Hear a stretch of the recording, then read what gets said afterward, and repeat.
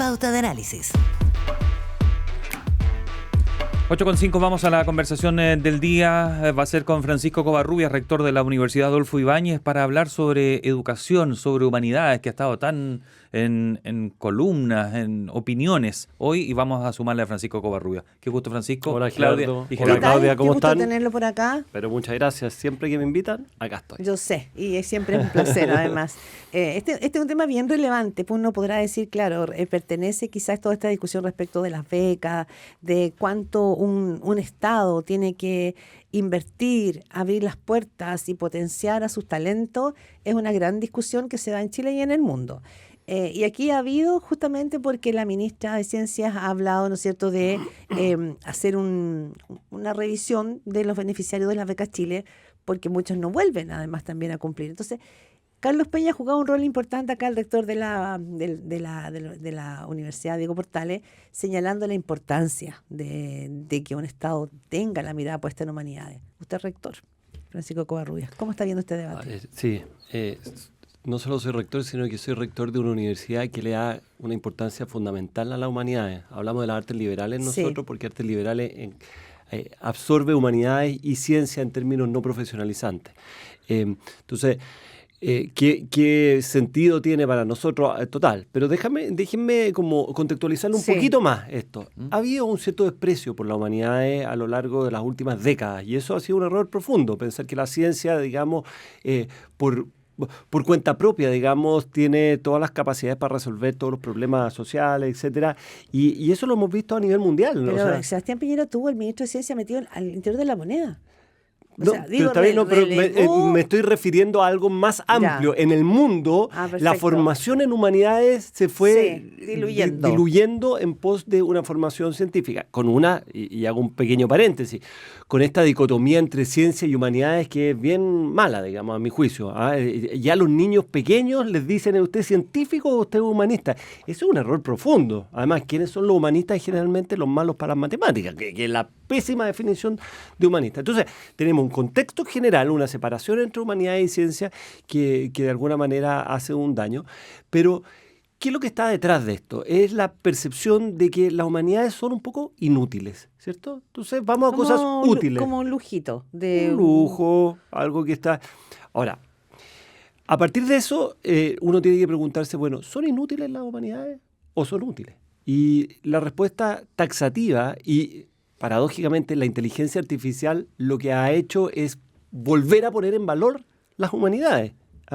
Si ustedes leen, por ejemplo, todos los informes que tienen las universidades top 10 en el mundo, estoy acordándome, por ejemplo, la de la Universidad de Chicago, que salió hace menos de 2 meses, dice, bueno, ¿qué es lo que tenemos que hacer en la universidad frente a la irrupción de la inteligencia artificial? Bueno, fortalecer la formación en humanidades. ¿Por qué? Porque las humanidades me permiten tener una plasticidad intelectual, un discernimiento ético, me permite una serie de cosas que la mera profesionalización no lo permite. Entonces, voy ahora a la respuesta concreta. Sí. Es una paradoja, porque lo que ha hecho la ministra es afectar los postdoc, ¿cierto? Sí. Los postdoc representan como el 12% de todo lo que gasta Fondesit en esto.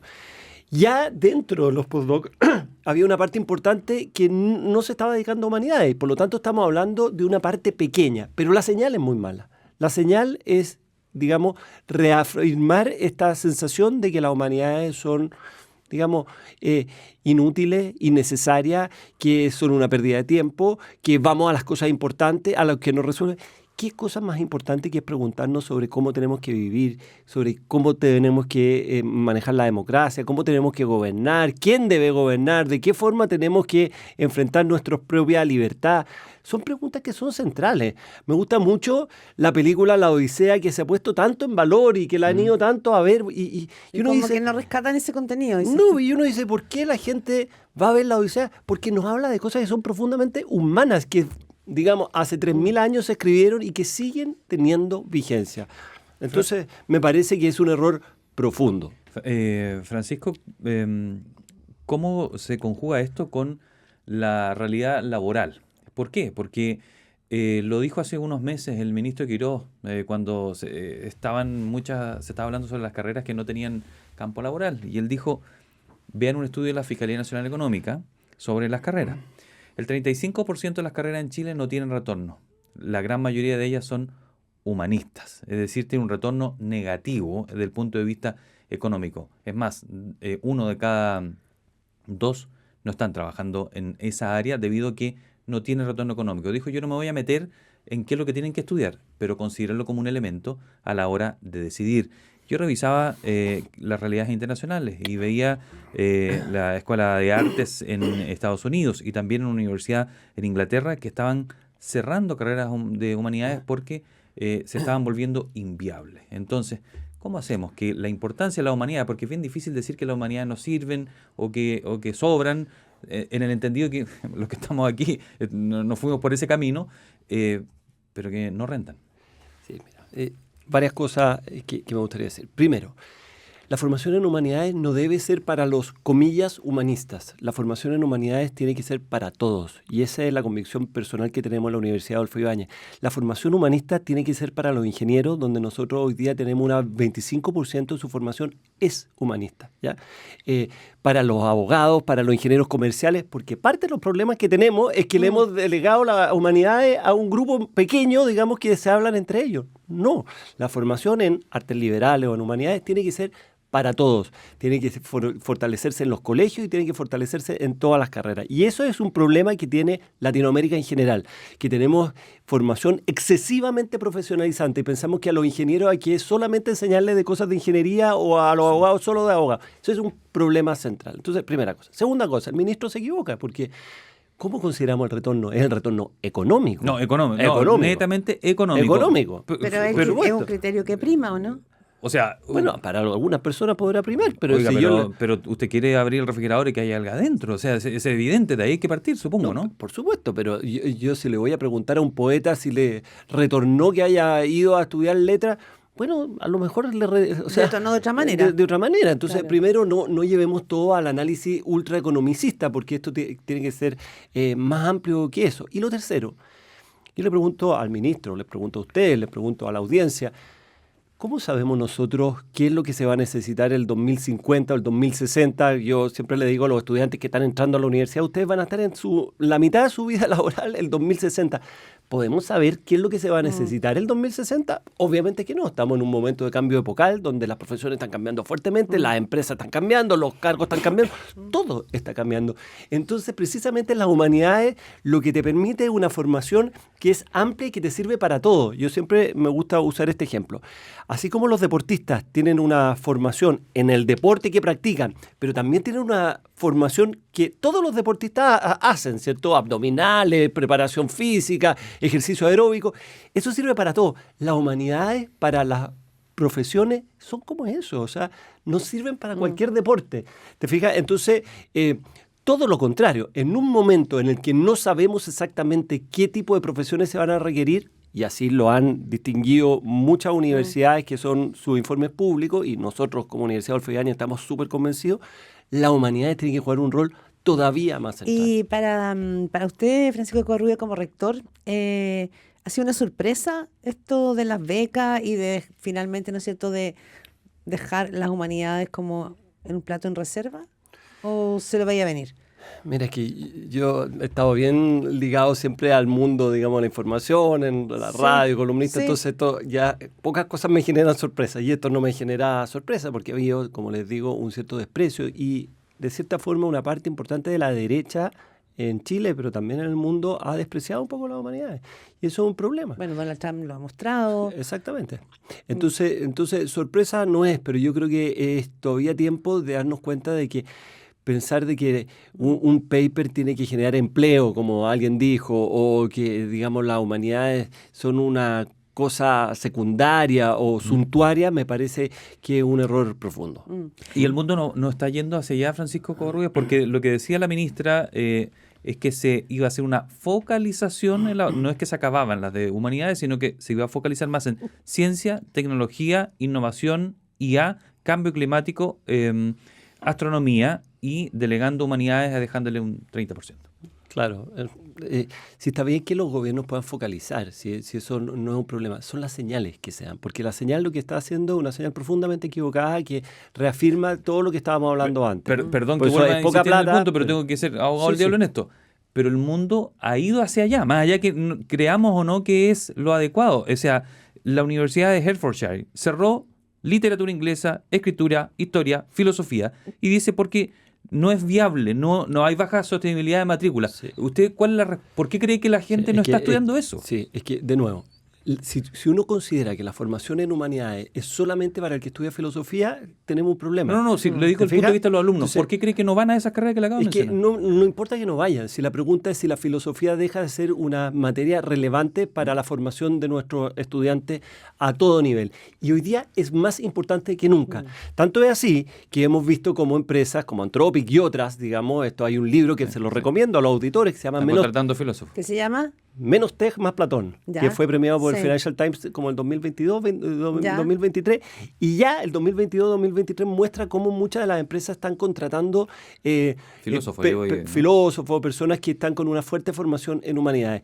Pensemos otra cosa. Muchos antropólogos están como en la conexión de la vida pública. Les voy a poner otro ejemplo, ya para digamos, para que prenda la radio el ministro.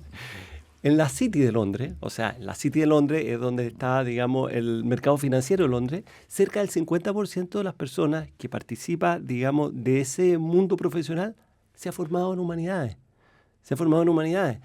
Literatura, filosofía, etc. Y después ha hecho un posgrado, digamos, en finanzas o otra cosa. La ministra de Ciencia estudió filosofía. Sí. Y de ahí después hizo la especialidad. Gerardo, esto es lo que me parece que es más importante. No reduzcamos la conversación sobre si es que necesitamos literatos, digamos, especialistas en una cosa muy específica. No. Realcemos el valor de las humanidades para todas las carreras, para toda la formación. No, mi orientación en los colegios, ¿por qué cree que los estudiantes están dejando de estudiar eso? Y Hertfordshire era un ejemplo.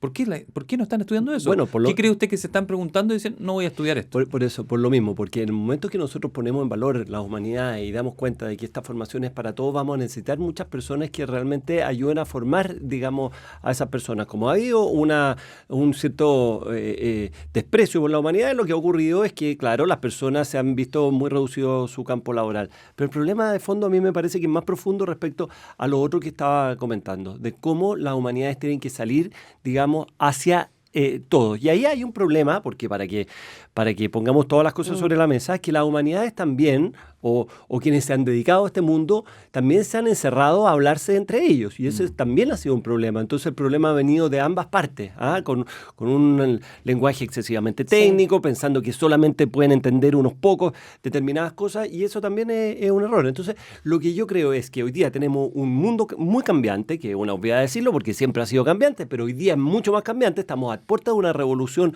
muy profunda, muy rápida, etcétera, donde no sabemos, las universidades no saben cómo va a ser el mercado laboral en 30 o 40 años más, que es cuando van a estar sus egresados en plena vida laboral, y frente a eso, ¿cuál es la formación más relevante que les va a permitir, digamos, cruzar, aprender y desaprender? Sí. Es la formación en humanidades. Ahora, lo voy a ligar también un poco con la sociedad, la política, Francisco Covarrubias, y tiene que ver con que para muchos, y es lo que ha pasado en Estados Unidos con las grandes universidades, también está pasando en Argentina, en el caso de Javier Milei, se genera también acá la pregunta si hay una guerra cultural. Es decir, si también finalmente donde tú pones el foco, donde tú potencias un punto de vista, son también guerras culturales que van cambiando de acuerdo a si es un gobierno más progresista, más de derecha.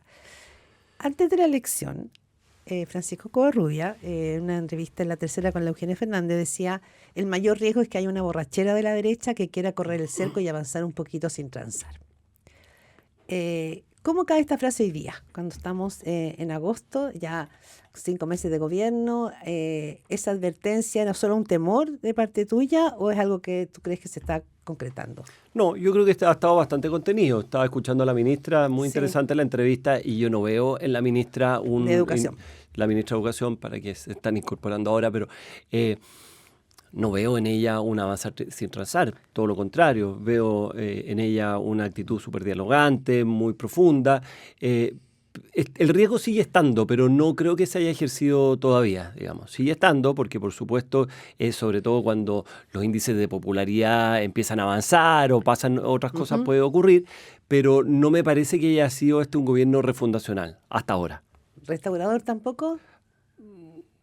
Digamos, es demasiado rimbombante ese nombre para poder calificar a este gobierno todavía. Y no tampoco le ve similitudes o ha tenido particularidad en su forma de ejecutar el gobierno Kast, porque siempre se decía, va a ser Bukele, ayer decía, Bukele, por lo de las cárceles, va a ser Milei. ¿Nada de eso ha visto en él? Mira, la derecha chilena tuvo siempre como referente a dos personas, a Margaret Thatcher y a Ronald Reagan, ¿ya? Para nuestros auditores más antiguos, ¿no? Y la derecha chilena se ha embobado, y no solo en Chile, porque generalmente en Latinoamérica también ocurrió lo mismo, con Milei y con Bukele. Y yo creo que entre Ronald Reagan y Margaret Thatcher y Milei y Bukele hay varios pisos de diferencia, sí, ¿cierto?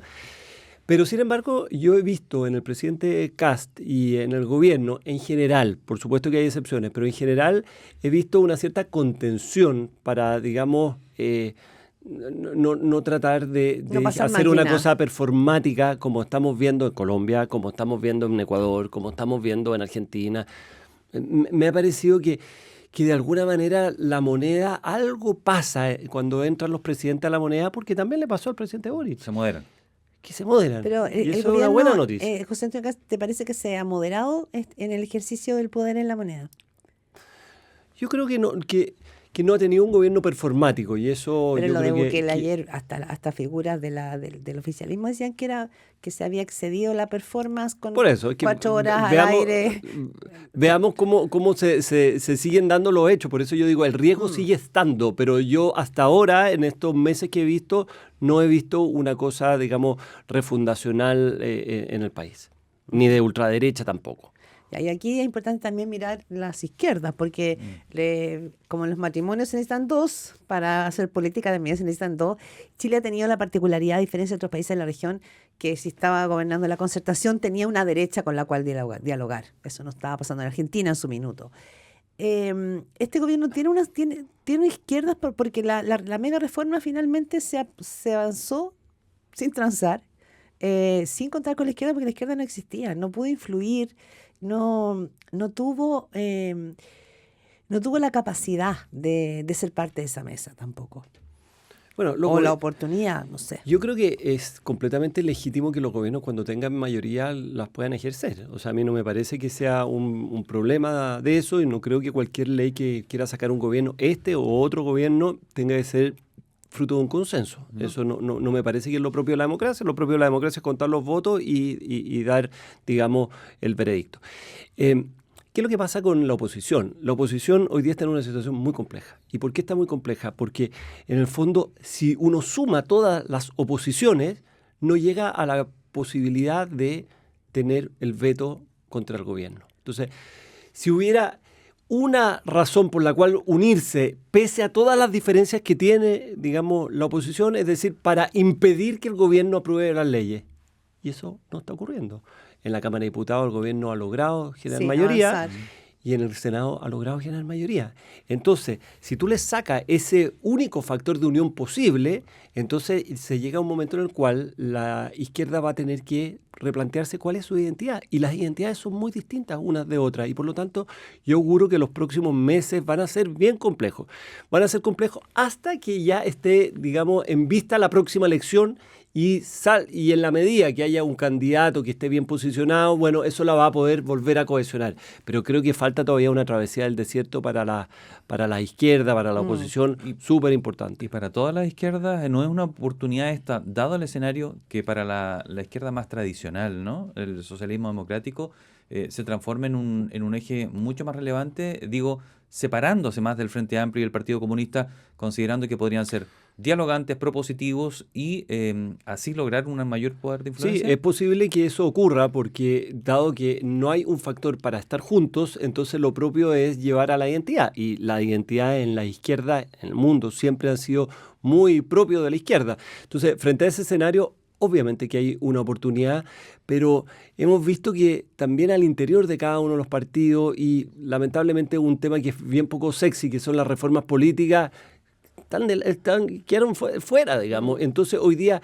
hay poca capacidad de generar cohesión, hay poca capacidad de generar cohesión al interior de los partidos. Cada uno es, como dijo el presidente Frey, una propia pyme. Entonces, ¿qué puede hacer el socialismo democrático si tiene Manucheri por un lado, si tiene Fidel Espinosa por el otro lado? Cada uno está jugando su propio partido y eso es muy complejo para la política chilena. Y es de esperar, que todavía es tiempo, digamos, estamos en los últimos minutos para poder hacer una reforma política que logre solucionar ese problema. Sí, se ve lejos esa reforma, no sé si se ve. La semana pasada decía que van a volver a reflotarla, van a volver a intentar. Ojalá, pero todos los libros de ciencia política te dicen lo difícil que es hacer una reforma política porque quienes votan son todos incumbentes, ¿no? Obvio, son incumbentes, entonces ya tiene una dificultad. Se nos quedó en el tintero para haber sacado el jugo a Francisco Covarrubia. Esta semana Gabriel Boric estuvo presente en el lanzamiento del libro de Juan Tironi y también marcó ahí unos puntos, pero se nos fue el tiempo. Sí, pero Boric, unos segundos. Porque Boric salió haciendo autocrítica respecto de su gobierno, pero también reforzando, yo creo, la línea de su gobierno. Y dice que Carolina Toá no salvó los muebles. Tú estás muy de analista en esos tiempos. Sí, bueno, me trató de columnista menor el presidente en su momento. ¿El columnista menor? Claro. En esos tiempos. Bueno decirlo antes de escuchar esta opinión.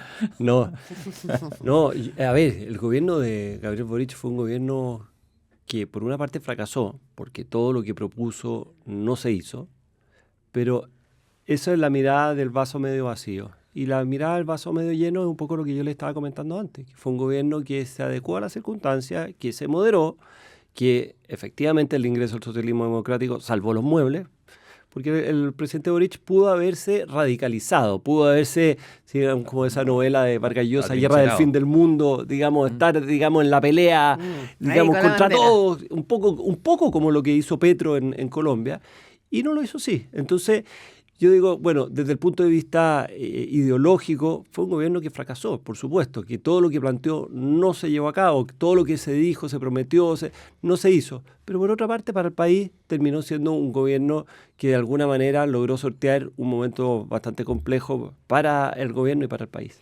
Bien, Francisco Covarrubias, rector de la Universidad Adolfo Ibáñez, le damos las gracias por haber venido al estudio. Muchas gracias. Francisco. Muy bien. Muchas gracias. Chao.